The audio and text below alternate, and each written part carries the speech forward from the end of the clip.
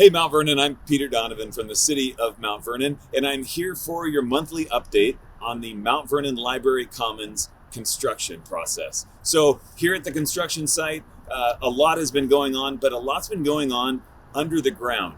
The geopiers that we talked about last month have been driven down into the ground. Almost 1,000 geopiers are in the ground. And what that's doing again is solidifying the ground and setting up a firm foundation for this structure to be on here. When we talk about the structure, we are talking about the largest, arguably the most important public infrastructure to take place in the city of Mount Vernon. Steven Beslow is with Lydig Construction.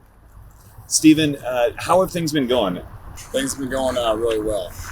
We're drilling over on the west side, and next week and the week after, we'll start moving over to the east side. Early on in the project, there was very little noticeable impact, but lately, same work has been taking place, but more vibrations. What's going on?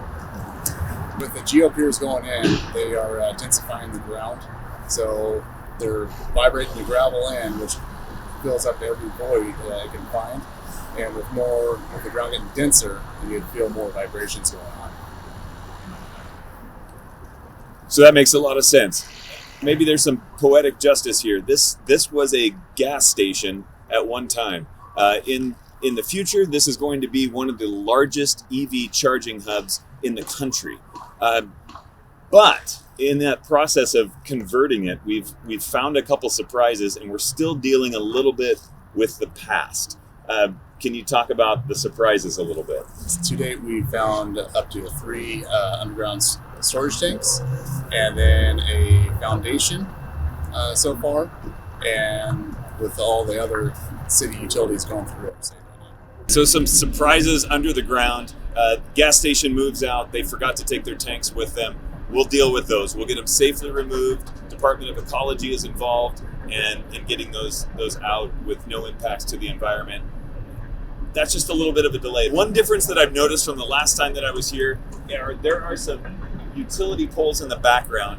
Last time there were lines going across those utility poles. My understanding is that now some of those lines have been taken underground, and maybe those poles will be removed. What's that process like? The south property is right behind me, and overhead power and communications. All their stuff is underground, and they are pulling on the poles. We're just waiting on the utility provider to pull the poles out, and they'll be offset. All right, so again, underground progress being made. We're going to start seeing progress above ground soon.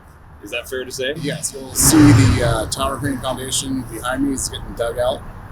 It'll be finished Monday, and then we'll pour some plinths and set the base next Thursday for our full placement foundation before the first of the year. Awesome. So we're actually going to see some progress that we can notice from the street coming up, which is great. A tower crane that's going to be about 100 feet. Now, the tallest equipment that's on site right now, you told me, was about 80 feet. So we're going a little higher than that. And then you mentioned that the footings, the foundation, was going to be excavated and actually poured in the next month or so? For the crane foundation, yes. The crane releases the remaining of the work that we can do until the utilities are moved out of the way. Well, Steven, looking forward to seeing how things progress in the next month. We'll be back for another update, and keep checking the City of Mount Vernon website for these updates monthly, and we'll let you know how things are progressing at the Mount Vernon Library Commons project.